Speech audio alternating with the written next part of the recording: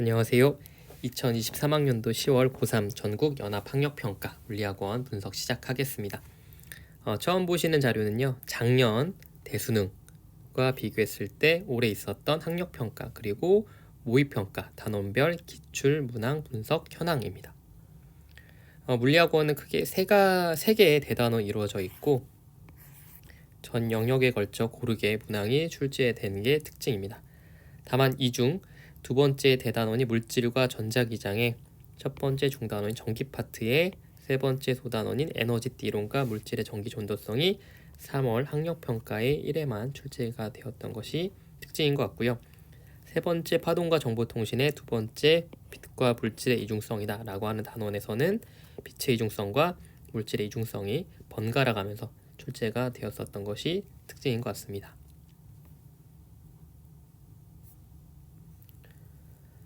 10월 학력평가 총평 및 학습법 제안 드리도록 하겠습니다.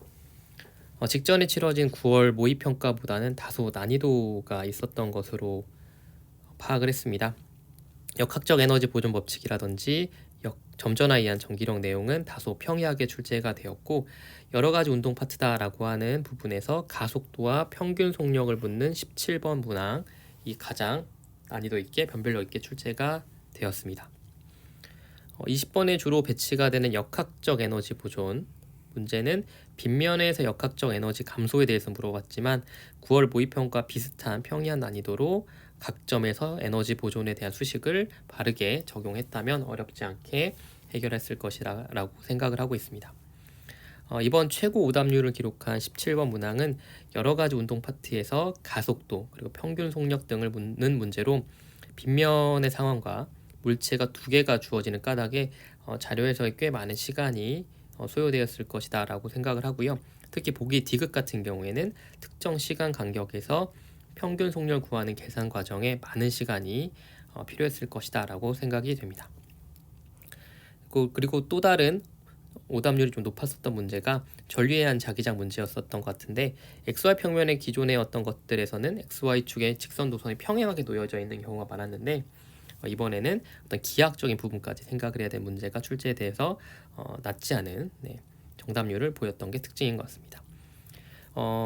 역학과 에너지 단원은 총 24점으로 48%가 배점이 되어서 역학에 많은 배점이 할애가 된 까닭에 전반적인 어떠한 난이도는 체감 난이도는 조금 더 높았지 않았나라는 생각을 좀 하고요. 뒤에 이제 첨부된 자료를 보시면 작년 대학 수학 능력 시험 문제 주제에 맞게 올해 학력평가 및 모의평가 문제를 분류해 보았습니다.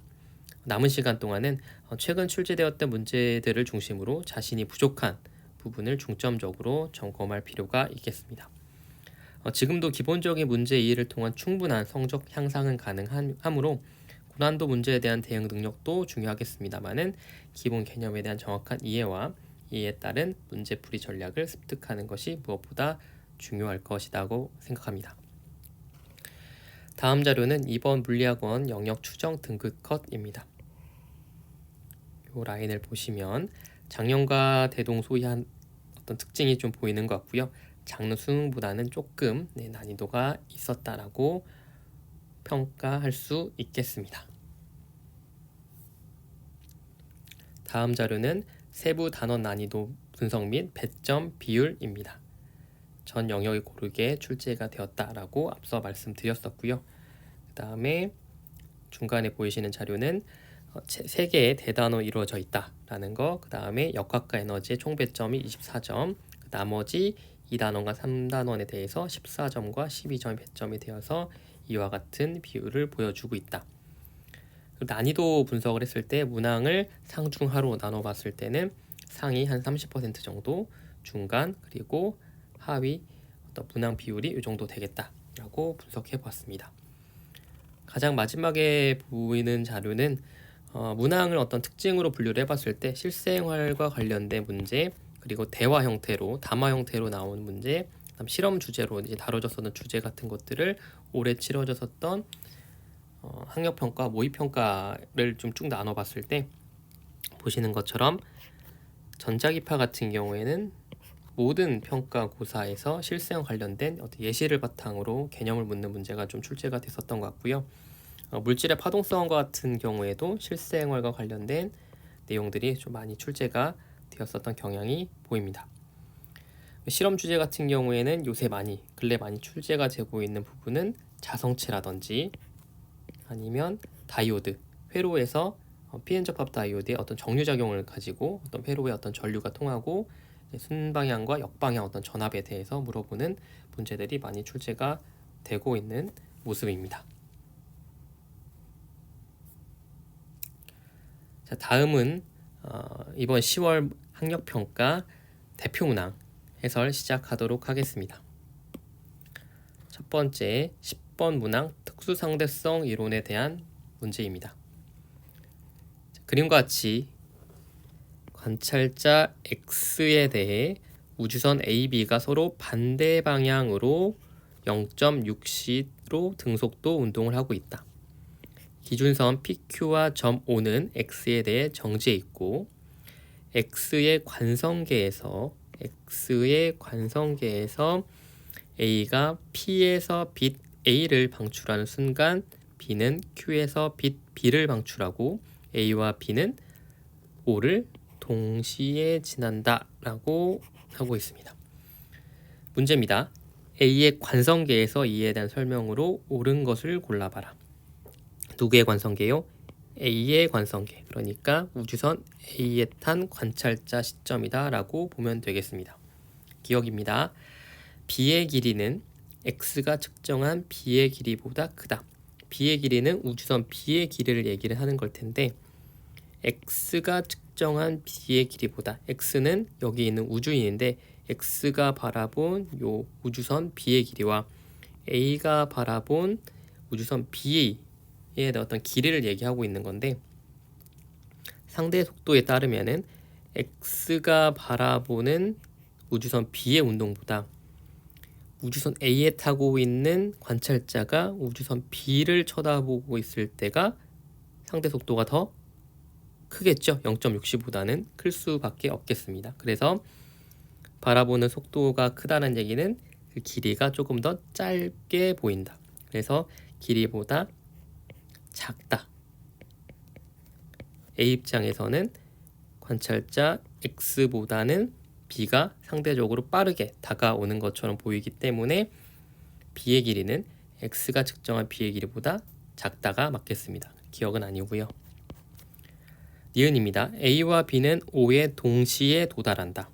문제에서 보시면 X의 관성계에서 A가 P에서 빛 A를 방출한 순간 B는 Q에서 빛 B를 방출하고 A와 B는 O를 동시에 지난다 라고 했습니다. 동시에. 그런 까닭에 니은에서의 이야기는 A와 B는 O에 동시에 도달한다. 이 얘기가 A의 관성계 역시나 동시에 도달한다 라는 표현이 맞겠습니다. 디귿입니다. B가 방출된 후 A가 방출된다. A의 관성계에서도 X의 관성계에서도 점 O에 빛이 동시에 도달하려면 A라고 하는 관찰자 시점에서는 내가 마치 정지해 있고 이 O라고 하는 점이 나한테 다가오고 있는 상황에서 빛 A와 빛 B가 O점에 동시에 도달해야 되는 상황, 즉 이 O가 나한테 다가오고 있는 상황에서 이 우주선 B 앞에서 출발한 빛 B와 우주선 A 앞에 출발한 빛 A가 동시에 도달하려면 어디에서 먼저? 우주선 B에서 빛 B가 먼저 방출된 후에 A가 방출되어야만 다가오는 다가오는 O에 대해서 동시에 도달할 수가 있겠죠. 그래서 B가 방출된 후 A가 방출된다 라는 표현이 맞겠습니다. 정답은 4번입니다. 동시성의 상대성에 대해서 수험생들이 조금 어려워하는 경우가 좀 많은데요. 관련된 유사한 문항들 수능 특강과 수능 완성에 관련된 많은 문제들이 있으니까 한번 확인해 보시기를 추천하겠습니다. 다음 13번 문항입니다.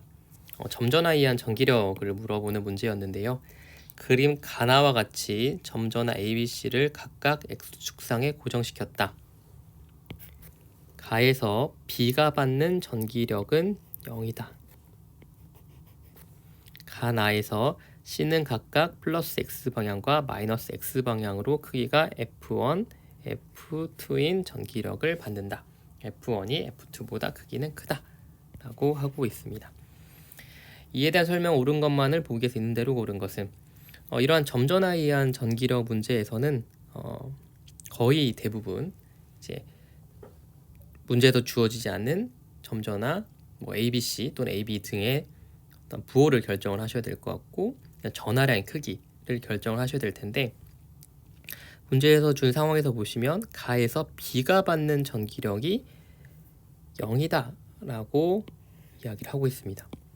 그럼 가 상황에서 B가 받는 전기력이 0이 되려면 점전화 A와 C의 부호는 같아야 하나요? 달라야 하나요? 같아야죠. 플러스와 플러스 또는 마이너스와 마이너스 등으로 같아야 그 가운데 끼어 있는 점전화 B에 작용하는 전기력이 0이 됩니다. 부호가 반대라면 한쪽 방향으로 힘을 받는 상황이 되겠죠. 그래서 A와 C는 부호가 같고 또 전하량 역시 같아야 됩니다. 왜 그럴까요? 떨어진 거리가 같기 때문에 전하량 크기 역시 같아야겠습니다. 편의상 두 개 다 플러스 플러스다 라고 하고 이어가겠습니다. 나 상황에 보시면요. 점전화 B가 C에 조금 더 가까워진 상황에서 F1이다 라고 하는 플러스 X방향으로 작용하던 힘이 마이너스 X방향으로 작용하고 있습니다. 이러려면 B의 부호는 플러스여야 맞을까요? 아니면 마이너스여야 맞을까요? 플러스이면 나와 같은 상황이 설명이 안 되죠. 만약 플러스라면 점 dx 이꼴 d에 있던 이 점전화 B가 C에 가까워진다면 이 F1보다 더 큰 힘으로 오른쪽 플러스 X 방향으로 작용해야 되기 때문에 B 점전화의 전하는 플러스가 아니라 반대인 마이너스일 수밖에 없겠습니다. 자, 문제 보겠습니다. 전하량의 크기는 A와 C가 같다. 전하량 크기는 A와 C가 같고 그 다음 부호도 같다. 이런 얘기 드렸고요. A와 B 사이에는 서로 당기는 전기력이 작용한다. A와 B는 부호가 반대였기 때문에 서로 당기는 전기력이 맞죠. 네. 그 다음에 디귿입니다. 나에서 A가 받는 전기력 크기는 F2보다 작다. 가에서 우리가 이야기하진 않았습니다만 A에 작용하는 힘은 어떻게 될까요? 부호가 A와 C가 같고 전하량이 같은데 그러면 당연히 F1이다 라고 하는 크기의 힘으로 무슨 방향으로? 마이너스 X방향으로 작용을 하고 있는 상황이겠죠. 인데 나 상황에서 반대 부호를 가지고 있었던 B가 오른쪽 플러스 X방향으로 갔어요. 그러면은 나에서 A에 작용하는 전기력의 크기는 어떻게 되는 거예요? 이게 플러스고 A가 플러스고 B가 마이너스면 B는 A를 잡아당기는 방향으로 힘을 작용할 텐데 이게 멀어졌다는 얘기는 F1의 크기보다 나 상황에선 더 커져야 된다. 그래서 나에서 A가 받는 전기력의 크기는 F2보다 작다가 아니라 크다가 맞겠습니다. 그래서 답은 3번 이렇게 체크하시면 되겠습니다. 워낙 빈출된 유형이기 때문에 관련된 문항들 많을 테니 많이 확인해 보시고 풀어가는 어떠한 그런 과정들 다시 한번 생각해 보시길 바랍니다. 15번 문항입니다. 직선 도선과 원형 도선에 의한 자기장 문제였고 높은 오답률을 보였던 문항입니다. 그림같이 가늘고 무한히 긴 직선 도선 A, B, C와 원형 도선 D가 XY 평면에 고정되어 있다. 그림에 대한 설명이고요. A부터 D에는 각각 일정한 전류가 흐른다. C와 D에는 화살표 방향으로 전류가 흐른다. C 같은 경우에는 플러스 X 방향으로 전류가 흐르고 있고요. D 같은 경우에는 시계 방향으로 전류가 흐르고 있기 때문에 P점에 들어가는 방향으로 자기장이 형성되어 있는 모습이겠습니다. 표는 Y축상의 점 PQ에서 A에서 C 또는 A에서 D까지의 전류에 의한 자기장의 세기를 나타내는 것이다. P에서 ABC까지 거리는 D로 같다. D. 네, 요입니다. P에서 C의 전류에 의한 자기장의 세기 BC와 D의 전류에 의한 자기장의 세기 BD로 옳은 것은? 라고 되어 있습니다. 자, 해설 자료 같이 보시면요. 도선 ABC를 다 합쳐서 점 P에서 작용하는 자기장의 세기가 3B0다 라고 얘기를 했고요. 그 다음 Q점에서는 다 더한 게 0이다 라고 얘기를 했습니다. 그 앞에 있는 이제 어떤 수식들을 설명을 해야 될 건, 문자들 설명을 해야 될 텐데, 일단 C 같은 경우에는 플러스 X 방향으로 전류가 흐르고 있는 상황이고, P점에는 무슨 방향으로? 나오는 방향으로 자기장 형성되는데, 그때 그 값을 모르니까 C, 도선 C에 의한 자기장이다 라고 해서 BC다 라고 한다면, Q점 같은 경우에는 무슨 방향으로? 들어가는 방향으로의 자기장이기 때문에 마이너스, 그 다음에 떨어져 있는 거리가 같기 때문에 BC라고 이렇게 두면 좋을 것 같습니다. 그 위에 있는 자료인데요. A와 B를 따로 생각하는 게 아니라 A와 B의 합성 자기장에 의한 P점과 Q점에서의 자기장 세기를 한 번에 얘기를 해볼까 합니다. 이거를 따로 분리해 생각하게 되면 너무 많은 자료를 우리가 분석을 해야 되기 때문에 합쳐서 그 P점 또는 Q점에 형성되어 있는 자기장이다 라고 하고 문제를 풀어나가도 문제가 없습니다. P점 같은 경우에는 떨어져 있는 거리가 D일 때, 그리고 도선 A와 B에 어떤 전류의 양이 흐르지는 모르겠습니다만은 떨어져 있는 거리가 D일 때 도선 A와 B에 의해서 P점에 작용하는 자기장의 세기가 B라면, Q점 같은 경우에는 A와 B에 대해서 얼마만큼? ED만큼 떨어져 있습니다. ED만큼, 똑같은 거리만큼. 그렇기 때문에 우리가 직선 도선에 의한 자기장의 세기는 거리에 반비례한다 라고 하는 표현에서부터 반만큼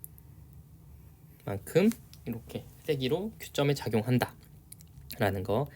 그리고 밑에 보시면 A와 B 도선에 의한 P점에서 자기장 B 세기 B와 그 다음에 C 도선에 의해 나오는 방향으로의 BC가 더해져서 3B0로, 그 다음 Q점에서의 자기장 세기가 0이다 라고 하는 부분에서부터 떨어져 있는 거리가 2배가 되니까 자기장 세기가 반이 되는 2분의 B 들어가는 방향의 BC는 0이다 라고 하는 식에서부터 B의 값은, 대문자 B의 값은 2B0로, 그리고 BC 값은 B0다 라고 해서 해설 자료 두 번째 보이시는 표를 채울 수 있겠습니다. 그리고 이제 물어보는 게 D의 전류에 의한 자기장 세기 BD를 물어보고 있는데요. P점만 보시면 될 것 같습니다. P점에서 A부터 D까지 모든 도선에 의한 자기장의 세기가 5B0라고 했습니다. 근데 부호는 플러스인지 마이너스인지 모르겠어요. 도선 A에서부터 B까지는 2B0라고 하는 세기를, 그 다음에 도선 C에서는 B0다라고 하는 나오는 방향의 자기장의 세기다 라고 하는 것까지는 우리가 위의 자료에서 확인을 했고, 합성 자기장의 세기가 3B0인 것까지 우리가 확인을 했는데, D에 의한 도선 원형 도선 D에 의한 자기장의 세기를 모르는 상황인데 이 합성 자기장의 세기가 5B0가 되면 됩니다. 그러면 3B0에다가 BD다라고 하는 값에 5B0다라고 하는 값이 나와야 되는데 이게 플러스일 수도 있고 이게 마이너스일 수도 있습니다. 근데 그림에서 보시는 것처럼 도선 D 같은 경우에는 시계 방향으로 무슨 방향으로? 들어가는 방향으로 자기장이 형성이 되게끔 문제에서 줬단 말이죠. 그러면 들어가는 방향이면서 얘가 5B0다라고 하게 되려면 이게 마이너스 방향에, 그리고 BD라고 하는 값은 마이너스 8B0다 라고 하는 색이어야만 이 문제에서 주어진 조건과 일치하는 내용이겠습니다. 그래서 답은 2번 체크하셨으면 되겠습니다. 수능 특강과 수능 완성에서도 이렇게 삼각형을 고려해야 되는, 기하학적인 부분을 고려해야 되는 문제가 있으니까 이것도 한번 확인해 보시고 넘어가시면 좋겠습니다. 17번 문항입니다. 평균 속도, 등가 속도, 직선 운동, 속력, 평균 속력 이런 문제들이었는데요. 가장 높은 오답률을 자랑하는 문제였었습니다. 자, 그림과 같이 동일 직선상에서 등가 속도 운동하는 가속도가 변하지 않는 물체 AB가 시간 t = 0일 때 각각 점 PQ를 속력 VA, VB로 지난 후 t = T0일 때는 A는 R점에서 정지하고 B는 빗면 위로 계속 운동하고 있었다. P와 Q, Q와 R 사이의 거리는 각각 L, EL이고 A가 다시 P를 지나는 순간, A가 R점에 정지했다가 다시 P점을 통과하는 이 순간 B는 빗면 아랫방향으로 속력 2분의 VB로 운동한다 라고 되어 있습니다. 기억 보겠습니다. VB는 4VA냐. 자, 풀이를 같이 보시면요. 빗면에서의 가속도는 일정하죠. 물체 A가 됐든 물체 B가 됐든. 그리고 물체 A 같은 경우에는 t = T0일 때 R점에 정지했다가 다시 P점을 통과한다는 거예요. 그러면은 이 P점을 통과하는 시간은 어떻게 되는 거죠? 2T0죠. 그리고 속력은 VA로 P점을 통과했다면 다시 P점을 VA로 통과하는 게 맞습니다. 연직상방 운동 생각하시면 될 것 같아요.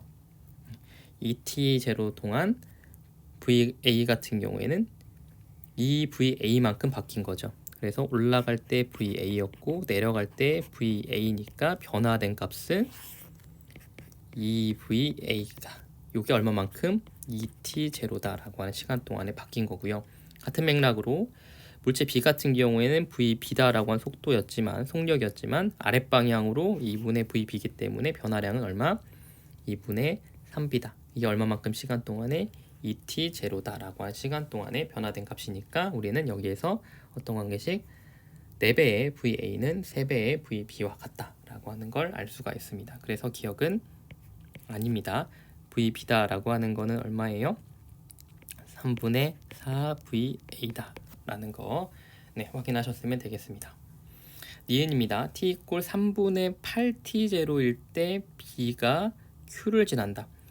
앞서 가속도로 이야기할 때 올라간 시간이 T0일 때 A가, 내려온 시간이 T0이고 처음 시작하는 속도가 VA일 때 방향이 바뀌면서 VA다라고 한 속력으로 내려온다 이런 얘기를 드렸었거든요.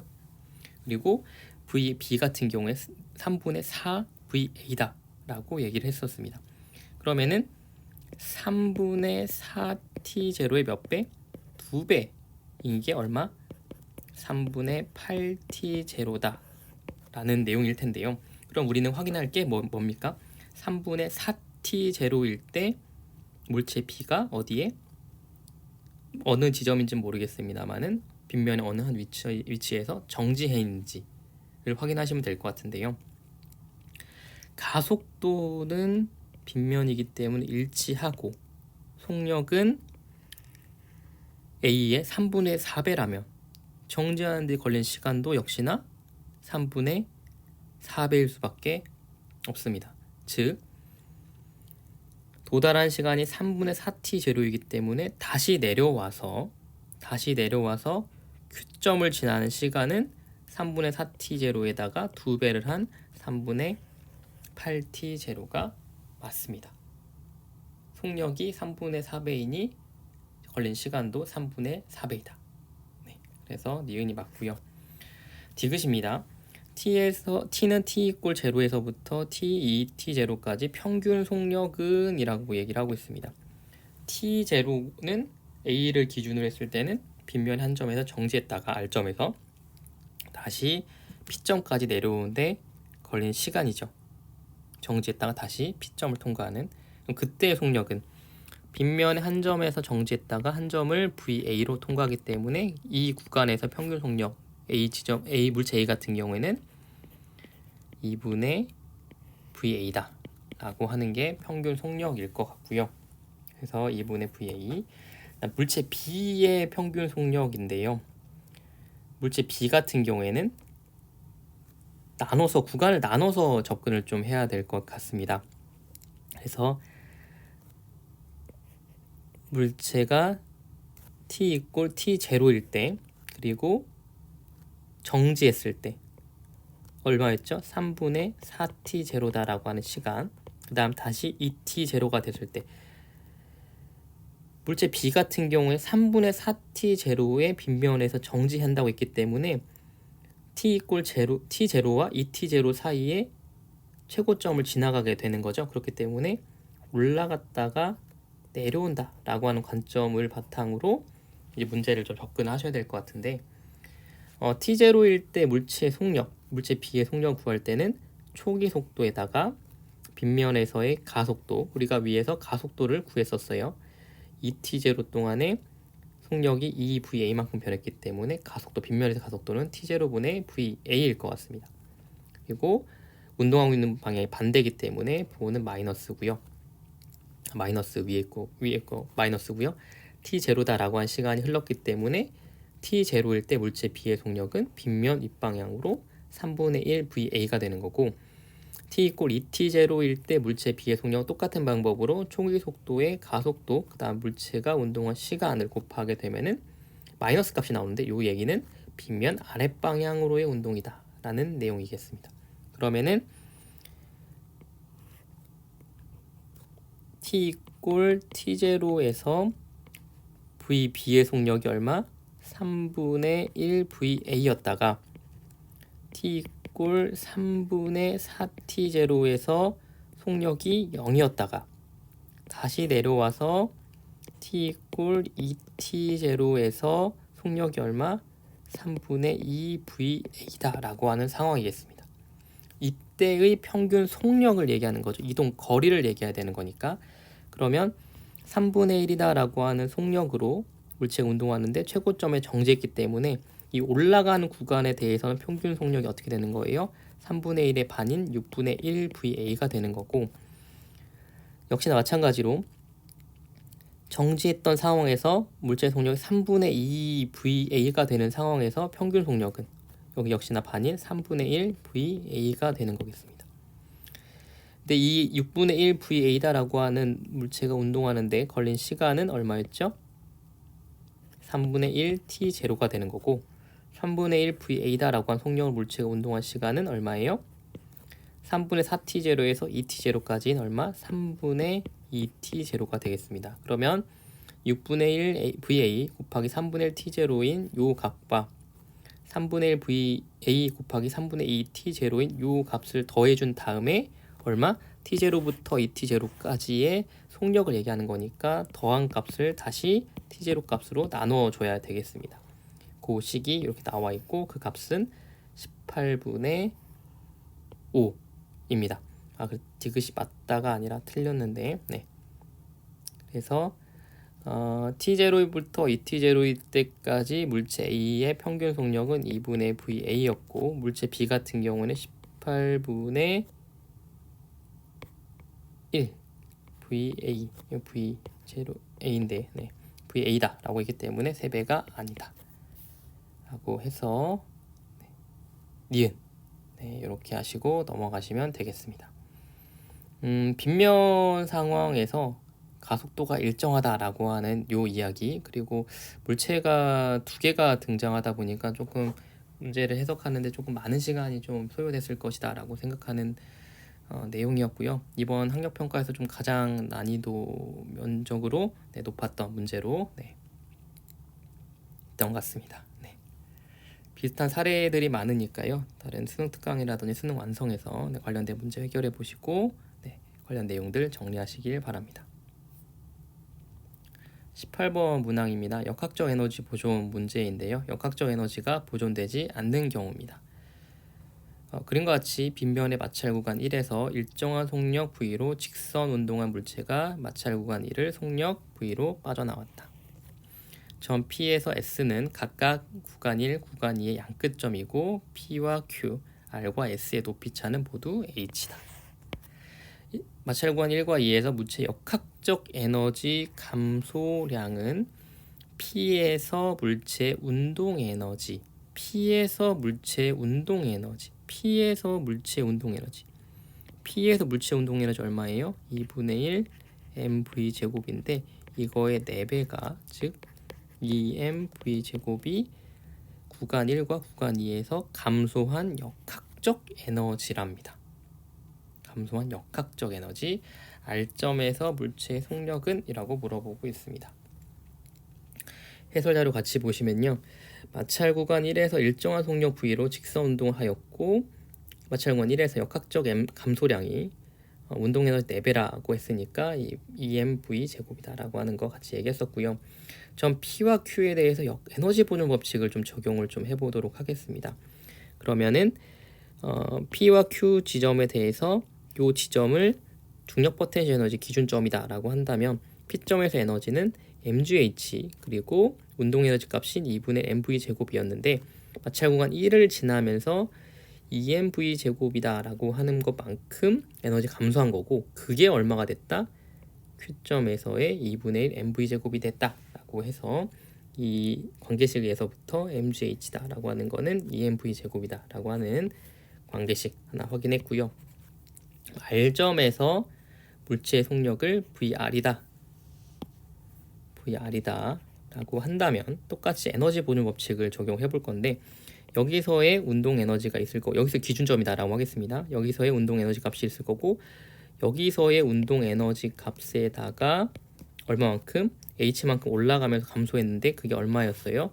2mv 제곱이었잖아요. 2mv 제곱이다 라고 하는 에너지가 감소했는데 그게 S점에서 물체의 역학적 에너지니까 2분의 1 mv 제곱에다가 mgh만큼 기준점이 높아졌으니까요. 이렇게 해주신다면 2분의 1 mv 제곱으로 정리하시면 2mv 제곱 더하기 2분의 1 mv 제곱 더하기 2분의 1 2mv 제곱 해서 2분의 9 mv 제곱이 나오고 2분의 1 없어지고 떨어지면은 vr의 제곱은 9v 제곱이니까 vr은 얼마? 3v다 라고 해서 답은 4번 이렇게 체크하시면 되겠습니다. 마찰 구간 1과 2가 동일한 높이 h다 라고 이렇게 주어졌고 문제를 해결하는 데 있어서 그렇게 많은 어려움이 있었던 역학적 에너지 보존 문제는 아니었던 것으로 것 같습니다. 관련된 문항 한번 확인해 보시고요. 19번 문항입니다. 자, 그림은 열기관에서 일정량의 이상기체가 A, B, C, D, A를 따라 순환하는 동안 기체의 압력과 부피를 나타낸 것이다. A, B는 압력이 B와 C와 D와 A 과정에서 온도가 C, D는 부피가 일정한 과정이다. 표는 각 과정에서 기체가 흡수 또는 방출한 열량을 나타낸 것이다. A, B 과정에서 기체가 한 일은 W1이다. 이런 문제를 만나시게 되면 해설 자료에 있는 것처럼 표를 그리시고 열역학 1법칙을 적용하시면 문제가 그렇게 어렵지 않게 풀리실 것 같은데요. 흡수 또는 방출한 열량 그리고 써놨고 그 다음에 Q는 W 더하기 델타 U다 라고 하는 열역학 제1법칙을 적용을 해보신다면 첫 번째로 문제에서 주어진 것처럼 A에서 B 과정에서 기체가 한 일은 W1이다 라고 해서 첫 번째 썼고요. 그 다음에 BC 과정에서 등온 과정이었단 말이죠. 근데 내부 에너지 같은 경우에는 온도에 의존하는 값이다 보니까 등온 과정에서 내부 에너지 변화가 없습니다. 없기 때문에 요게 는이 되려면 그리고 BC 과정에서 기체가 흡수 또는 방출한 열량이 Q2다 라고 했기 때문에 BC 과정에서 기체가 외부에 한 일은 Q2다 라고 하는 거 확인하시면 될 것 같고, CD 과정에서는 부피가 변하지 않았기 때문에 한 일이 없습니다. 그래서 한 일이 0이 되고, 그렇기 때문에 Q3이다 라고 하는 게 내부 에너지 변화가 되겠습니다. 5번. 그 다음에 DA 과정에선 다시 등온이기 때문에 내부 에너지 변화가 없는 거고, 그렇기 때문에 7번 한 일이 Q4가 되겠습니다. 돌아와서 AB 과정에서 이제 내부 에너지 변화를 확인하셔야 되는데, 우리가 그림에서 보셨던 것처럼, 자료에서 보셨던 것처럼 일정량의 이상 기체가 상태 A, B, C, D, A를 따라 순환했다라고 하기 때문에 총 내부 에너지 변화량은 없다라고 하는 사실로부터 CD 과정에서 내부 에너지 변화가 Q3이었다면은 AB 과정에서 역시나 그 값이 같아야겠습니다. 그리고 부호를 결정해 주신다면 AB 과정에서는 기체가 외부로 일을 했고, 그다음 내부 에너지 변화가 증가했기 때문에 AB 과정에서는 흡수 과정이고, BC 과정에서는 등온 과정이라서 내부 에너지 변화는 없지만 BC 과정에서 보시면 한 일이 양의 값을 갖고 있기 때문에 플러스, 역시나 흡수다라는 거. 그리고 CD 과정에서는 한 일은 없는 상태에서 온도가 떨어지기 때문에 방출 마이너스. DA 과정에서 등온인데 DA 과정에서 부피가 줄어들고 있기 때문에 방출 마이너스. 이렇게 하시면 되겠습니다. 기억 BC 과정에서 기체가 한 일은 Q2다. BC 과정에서 Q2가 기체가 한 일은 Q2다 라고 하는 거 맞고, 니은 Q1은 W1 더하기 Q3이다. 보시는 것처럼 Q1은 W1 더하기 Q3. 이것도 맞고, 열기관의 열효율은 이라고 되어 있습니다. 열기관의 열효율은 자료에서 보시는 것처럼, 해설 자료에 보시는 것처럼 1 빼기 저온에서 열량 나누기 고온에서 열량입니다. 그러면 저온, 즉 방출한 양 생각하시면 Q3과 Q4를 더해 주시면 되고, 그 다음에 흡수한 열량은 Q1과 Q2를 더해 주시면 되는데, Q1과 Q2를 더해 주시면 W1 더하기 Q3 그리고 Q2 요 항이고, 그 다음 우리가 니은에서 구했던 것처럼 W1은 Q1 빼기 Q3이다 보니까 이렇게, 그러면 Q3은 사라지게 되는 거고, 디귿에서 이야기하는 1 빼기 Q3 더하기 Q4를 Q1 더하기 Q2로 나눠준 값이라고 하는 관계식 확인 가능하시겠습니다. 답은 5번 하시면 되겠습니다. 연력화 1법칙은 이 해설 자료에서 보시는 것처럼 연력화 1법칙을 그 각 과정에서 잘 적용하시고, 순환 과정에서는 내부 에너지의 총 변화량이 없다라고 하는 사실로부터 차근차근 해 나가시면은 어렵지 않게 해결하실 수 있을 것 같습니다. 마지막 20번 문항입니다. 운동량 보존 법칙이고요. 같이 보시면 그림 가는 마찰이 없는 수평면에서 X축을 따라 운동하는 물체 ABC를 나타낸 것이다. 나는 가의 순간부터 AB의 위치 X를 시간에 따라 나타낸 것이다. ABC의 운동량의 합은 항상 0이다. 이에 대한 설명을 옳은 것을 골라봐라. 기억, T 이꼴 T0일 때 C의 운동 방향은 마이너스 X 방향이니? 라고 물어보고 있습니다. 나 자료에서 보시면 물체 A, B가 시간이 지나감에 따라 위치 X값이 증가하고 있죠. 즉 어떠한 상태? 3T0 또는 5T0까지 A 또는 B가 오른쪽으로 움직이고 있는 상황이었단 말이죠. 오른쪽으로 운동하고 있는 상황에서 C마저 오른쪽에 운동 방향을 가지고 있다면 ABC의 운동량 합이 0이 될 수 있나요? 될 수 없죠. 그래서 운동 방향은 마이너스 X 방향이 맞겠습니다. 이렇게 하셔도 되고, 그 다음에 B 물체가 3T0일 때 C랑 충돌한다 라고 한 상황에서부터 마이너스 X 방향으로 운동하고 있다 라고 이야기해 주셔도 좋을 것 같습니다. 기억 맞고요. 니은입니다. T 이꼴 4T0일 때 운동량의 크기는 이렇게 물어보고 있습니다. 3T0일 때 물체 B와 C가 충돌을 하였고, 그 다음에 B가 시간의 지남에 따라서 위치가 줄어드는 걸로 봐서는 왼쪽 방향으로 운동하고 있었던 것 같고 A는 계속 오른쪽 방향으로 운동하고 있었던 것 같습니다. C의 운동은 모르겠고요. OT0에서 물체 A와 B가 꽝하고 충돌한 다음에 같은 방향으로 오른쪽 방향으로 운동하고 있는 것 같습니다. 그림에서 편의상 L을 T0로 나눈 값을 1이다 라고 해보겠습니다. 그리고 A와 B의 질량 각각 MA, MB다 라고 한다면 OP 전후로 해서 OT0 전후로 해서 운동량 보존 법칙을 적용을 해본다면 A 같은 경우에는 오른쪽으로 움직이고 있고 그 다음에 5분의 10L이다 보니까 2 속도를 2의 값이다 라고 해볼게요. 그 다음에 MA 그리고 B 같은 경우에 반대 방향으로 기울기 같으니까 마이너스 2 반대 방향 운동하고 있으니까요 는 충돌 이후에 MA 더하기 MB다 라고 하는 더해진 질량으로 그 다음에 속도의 크기가 얼마인 1의 크기로 운동하고 있기 때문에 질량 MA는 3배의 MB가 된다 라고 해서 A가 B의 2배가 하는 게 아니고 3배다 라고 하셔야겠습니다.